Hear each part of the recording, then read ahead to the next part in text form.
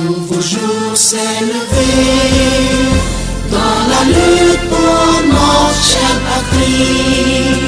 Du nord, sud, est, ouest, militons debout. Pour le Togo, mouillons le maillot. Au but, droit au but, nous sommes debout pour la victoire.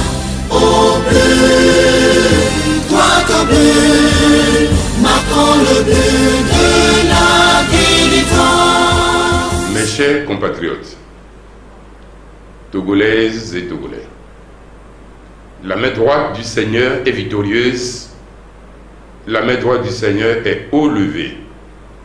Qu'il soit jamais béni, il a démontré que son amour pour son peuple n'a pas de fin.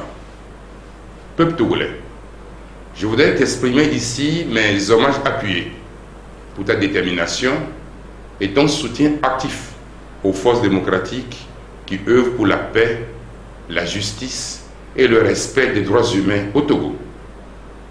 Sans ton sens de discernement, sans ton engagement résolu pour la justice, je serai encore un jouet entre les mains de ceux qui n'ont aucune crainte de Dieu et qui font feu de tout bois, notamment la violence, le mensonge, pour amener au Togo les viles pratiques totalitaires du parti unique. Je voudrais donc, au fond du cœur, vous dire un grand merci, qu'à la puissance de vos différentes marques de sympathie et de prière m'ont permis de supporter les différentes formes de torture auxquelles je fus quotidiennement soumis. Dieu vous bénisse tous et vous couvre de ses abondantes bénédictions. Tout indique avoir les actes attentatoires multiples et variés aux droits de haut but reconnus par la charte des partis politiques que notre formation politique semble être, pour Fogn Nsingbe et sa nomenclatura, le mauvais esprit qui gêne l'unité nationale. Ce qui indique très sincèrement leur lecture erronée des événements depuis le 2 août 2008, année de naissance de notre formation politique. Mes chers compatriotes, Togolaises et Togolais, l'heure est grave. Le Togo, notre pays, traverse la crise sociopolitique la plus aiguë de son histoire. Depuis la cession par effraction sanglante à la présidence de la République en 2005 de Fogn Nsingbe, le Togo est atone. Le Togo est sous vive tension sociale. Le Togo est sous convulsion politique larvée. Notre cher pays, le Togo, est secoué depuis 2005 par une récurrence de crise politique sérieuse, avec son lot de brutalité en tout genre, de violence, d'humiliation, de mensonges, de manipulation, de vexation et d'interpellation policière infligée aux leaders de l'opposition politique togolaise. Cependant, nous devons tous rester mobilisés pour redresser la barre, renforcer la cohésion nationale, consolider la justice et le plaisir partagé de vivre ensemble. Le 16 janvier 2013, j'ai été enlevé, manu militari, de mon domicile par des éléments du service de renseignement et d'investigation et j'ai été arbitrairement détenu jusqu'au 25 février 2013 dans les locaux de la gendarmerie nationale. Ainsi séquestré, dans des conditions inhumaines et dégradantes que la pudeur ici m'interdit de décrire dans le menu détail.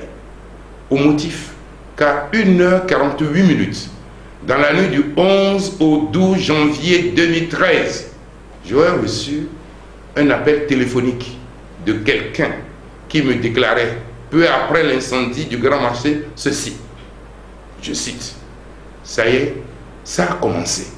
Ceci comme un compte rendu d'une mission dont il a la charge et qui venait d'accomplir et dont il me rendait compte. » En réalité, il n'y eut aucune communication entre l'appelant et ma personne, comme l'attesteront le journal des appels de mon téléphone portable ainsi que le relevé des appels du mois de janvier 2013 fourni par l'opérateur de téléphonie mobile Togocel. Ces pièces furent versées au débat judiciaire et lors des confrontations, l'appelant affirmera qu'il s'était trompé, raison pour laquelle il a dû interrompre l'appel ainsi lancé. Voilà le corps du crime qui vaudra à l'ancien Premier ministre de la République, à l'ancien président de l'Assemblée nationale, les persécutions dont vous êtes témoin. Il s'agit là d'une allégation mensongère, inventée de toutes pièces par l'accusation et sur la base de laquelle s'est fondée la poursuite de l'acharnement politique dont je suis victime de la part du régime de Faure Gnassingbé depuis la date de 8 avril 2005, date de mon retour d'exil de France. Les incendies du grand marché de Lomé et du marché de Kara constituent une tragédie majeure en termes humains, économiques et sociaux qui interpelle le peuple togolais dans son ensemble et plus particulièrement sa classe politique. En conscience et en vérité, je réaffirme devant Dieu, devant les hommes, que je ne suis en aucune sorte et d'aucune manière impliqué, ni directement, ni indirectement, comme présumé auteur ou présumé complice de cette tragédie. Toutes les enquêtes diligentées et toutes les confrontations auxquelles il fut procédé à ce jour n'ont apporté aucune preuve probante, ni fait la démonstration de mon implication à quel degré que ce soit dans les incriminations perfidement imputées à ma personne. Manifestement, l'enquête préliminaire de la gendarmerie nationale fut menée non pas à charge et à décharge, mais exclusivement à charge. Songez donc que ce n'est qu'à l'issue de mon audition devant le procureur de la République et au moment de me conduire vers le bureau du doyen des juges d'instruction que le procureur de la République m'informa de ce qui devra procéder à la vérification de l'appel téléphonique sur lequel prend appui mon incrimination. Ainsi, des preuves irréfutables furent produites et attestent de ce que je n'ai eu strictement aucun échange téléphonique avec l'appelant la nuit où l'incendie embrasait le grand marché de Lomé. Tout esprit sérieux ne peut qu'être troublé en observant qu'en dépit de la production des éléments matériels si avant énoncés qui me disculpent, je fus néanmoins inculpé sous le chef d'accusation de complicité et j'ignore encore à ce jour de qui j'aurais été le complice. Je mets donc au défi quiconque pourrait apporter le moindre indice matériel ou moral de mon implication dans la récurrence des incendies qui consument notre pays, en dépit de l'interpellation d'une trentaine de personnes présumées, prétendument auteurs ou prétendument complices.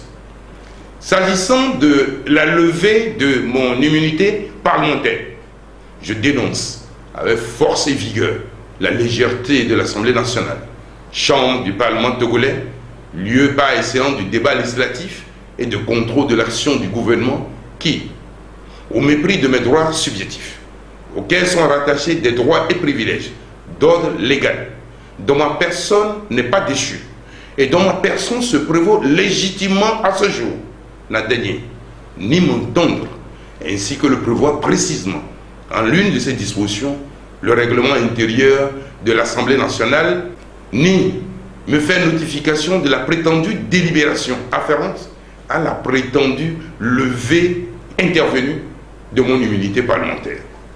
Non déchu de mon immunité parlementaire, je demeurai, nonobstant, otage à la gendarmerie nationale, et ce, 40 jours durant. Et ce n'est pas le procureur de la République qui me démentirait dans le strict respect du droit et du code de procédure pénale. J'ai subi en sein du Harlem des graves atteintes à ma dignité et à mon intimité, ainsi que des humiliations. De surcroît, il me fut insidieusement infligé des situations extrêmement pénibles, assimilables à la torture physique, morale et psychologique. C'est dès lors en grave méconnaissance des principes élémentaires en matière de droit que j'ai été détenu et totalement privé de liberté 40 jours durant. Ces situations, éminemment avilissantes, ne sauraient apprécier autrement que d'acharnement politique et de tentatives de criminalisation dont les leaders du collectif Sauvons le Togo en général et ceux de la formation politique au but en particulier sont victimes. S'agissant de la situation faite au premier vice-président de notre formation politique, M. Gérard Adja, il fut interpellé le dimanche 13 janvier 2013, à sa sortie de messe, en compagnie de ses enfants, alors que le procureur de la République n'avait encore ordonné aucune poursuite contre sa personne. L'allégation qui servit de fondement à son enlèvement repose sur cette supposée relation avec une fantomatique et donc inexistante, dénommée Dédé, qui serait receleuse de tissus wax soustrait du brasier du Grand Marché, dont le SRI ne pourrait jamais retrouver les traces. Le ministre de la Sécurité, M. Yak, a déclaré au cours d'une conférence de presse organisée le 2 février 2013 en son cabinet que M. Gérard Dia aurait été chargé par le collectif Sauvons le Togo de procéder au recrutement des jeunes dont la mission serait d'incendier des stations d'essence dans l'agglomération urbaine de Lomé. Or, notre premier vice-président sera par la suite inculpé sous le chef d'accusation de complicité de l'incendie du Grand Marché de Lomé comme son boss, pour reprendre une formule chère donc au colonel Yak. Il y a en l'espèce une extraordinaire imbrication d'incohérence qui n'aurait échappé à aucun esprit raisonnable et rigoureux. C'est pourquoi il nous paraît judicieux que le voile soit levé sur les raisons ténébreuses qui motivent l'orientation des investigations menées par le SRI et exclusivement vers les animateurs et partisans du collectif Sauvons le Togo. Le feu n'a-t-il pas continué d'embraser divers sites sur toute l'étendue du territoire national en dépit de l'interpellation de leurs prétendus auteurs ou inspirateurs? Seule donc une enquête internationale indépendante sera conduite à la manifestation de la vérité à laquelle aspire l'ensemble du peuple togolais et la communauté internationale. Mes chers compatriotes, togolaises et togolais, il devient impérieux et urgent que les poursuites judiciaires engagées contre les responsables du collectif Sauvons le Togo, détenus dans diverses prisons du Togo, soient levées au nom de la justice et de la morale républicaine, afin qu'ils puissent recouvrer immédiatement leur liberté. Constat doit être relevé aussi que le pouvoir en place continue de cliver la société togolaise, de fouler aux pieds la dignité humaine, de violer les droits humains, alors que des grands défis doivent nous galvaniser, nous mettre ensemble pour bâtir une société de justice et de prospérité partagée. Le dialogue politique, que les formations politiques de l'opposition togolaise, regroupées au sein du collectif Sauvons le Togo et de la coalition Arc-en-Ciel, réclament, est une exigence d'essence démocratique visant à mettre un terme au Togo, à l'arbitraire, à l'autoritarisme, à l'instrumentalisation des institutions de la République à des fins partisanes et de conservation du pouvoir. La société togolaise a besoin d'être réformée pour faire de la loi le régulateur des rapports entre les citoyens et mettre fin à l'impunité. Le monde a changé. Il nous faut nous adapter. Notre Dieu veille et il accomplira ses promesses à la faveur des grands défis qui doivent mobiliser toute notre énergie pour le développement de notre pays et le mieux-être de nos populations. J'invite le peuple togolais à la prière et au pardon. Nous devons tous devenir des instruments de paix et d'amour du Créateur. Et la suite des événements nous édifiera sur la puissance de l'Esprit Saint. Mes chers compatriotes, togolaises et togolais, la politique est tout, sauf une entreprise mafieuse qui défie les règles élémentaires de la morale et de l'éthique. Autant le faire révélateur de l'être, autant tout ce qui est caché sera révélé, comme l'attestent les Saintes Écritures. Et voici venu le temps des révélations. Ainsi, les derniers développements de l'actualité politique de notre pays indiquent à n'en point douter que nous sommes en face de la fin d'une histoire et que pour le salut collectif de la nation tout entière, il n'y a pas mille chemins. Que la convocation immédiate d'un dialogue sincère, franc et inclusif avec un agenda précis pour des réformes constitutionnelles et institutionnelles ainsi que celle du cadre électoral. La gravité du moment pour un tel dialogue exige l'engagement de chacun pour un respect sacralisé des lois de la République, de la parole donnée et le respect de la vérité des urnes pour les différentes échéances électorales à venir. C'est ici le lieu de réaffirmer toute notre solidarité aux diverses victimes de la crise du feu qui frappe notre pays, spécialement les commerçantes et les commerçants, meurtris dans leur âme et désabusés ces dernières heures par la manière dont se déclinent les mesures d'accompagnement sérinées par le gouvernement. Nous en appelons à plus d'humanité de la part des gouvernants dans la gestion de cette grave crise socio-économique et politique qui secoue notre pays. Mes chers compatriotes, Togolaises et Togolais, dois-je vous rappeler que l'esprit anime toute vie sur terre et que par conséquent, il existe une solution spirituelle pour tous les problèmes existentiels. C'est pourquoi nous devons tous constamment et résolument nous tourner vers Dieu, le louer, le chanter, le glorifier, car tout est accompli. Mes chers compatriotes, Togolaises et Togolais, je m'en voudrais de ne pas exprimer ma profonde gratitude à mon épouse pour sa sérénité devant cette énième épreuve, à mes enfants qui ont montré que dans le dur combat de la vie, il n'y a point de place à la peur et à la lâcheté. Ils se sont démenés autant qu'ils le pouvaient, avec l'appui de l'ensemble de ma famille, pour clamer, réclamer et exiger la reconnaissance par ceux qui s'acharnent contre leur père de son innocence absolue. Mes pensées particulières vont au bureau politique d'Obu pour le travail accompli par la cellule de crise et le Conseil supérieur de résistance qu'il a mis en place pendant cette épreuve douloureuse qui a renforcé la détermination de nos militants à répondre tous présents à l'appel de la patrie pour un Togo meilleur. Je voudrais rendre un hommage appuyé aux différents organes de presse qui ont tourné le dos à la corruption dans cette affaire pour se ranger du côté de la vérité.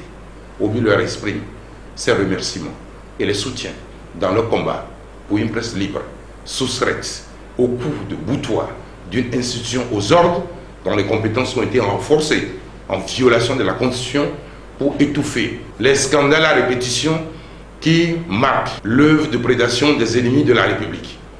Je voudrais de tout cœur, en votre nom, au nom de la formation politique Obu et à mon nom personnel, exprimer mes sentiments de gratitude à l'Union européenne, au gouvernement français, au Parti socialiste français, au Front de gauche de la France, au SPD, le plus vieux parti politique d'Allemagne, au corps diplomatique accrédité au Togo, à Amnesty International, à la Ligue internationale des droits de l'homme, à l'Union interparlementaire, au Parlement de la sous-région, aux religieux, au Haut Commissariat de l'ONU pour les droits de l'homme, à la CNDH, à Suivi France, au Nouveau droit de l'homme, Ensemble pour les droits de l'homme, à la coordination du collectif Sauvons le Togo, à la coalition Arc-en-Ciel et au collectif de mes avocats. Dieu bénisse le Togo, peuple togolais, l'alternance est proche. Un nouveau jour s'est levé dans la lutte pour notre chère patrie. Du nord, sud-est-ouest, militons debout. Pour le Togo, mouillons le maillot. Au but, droit au but, nous sommes debout pour la victoire. Au but, droit au but, marquons le but de la délivrance. Togolais, quel que soit ton âge, la patrie t'appelle aujourd'hui. Soldats, ouvriers, chômeurs, étudiants, bats-toi sans fin pour ta liberté. Au but, droit au but, nous sommes debout pour la victoire. Au but, droit au but, marquons le but de la délivrance. La victoire est à notre portée. Jamais, jamais tu ne connaîtras la famine, la honte, le doute et la peur. Ta libération est enfin proche. Au but, droit au but, nous sommes debout pour la victoire. Au but, droit au but, marquons le but de la guerre. Tu seras fier d'être loin jusqu'au sacrifice suprême. Togo est avec au but, lève-toi et arrache ta liberté.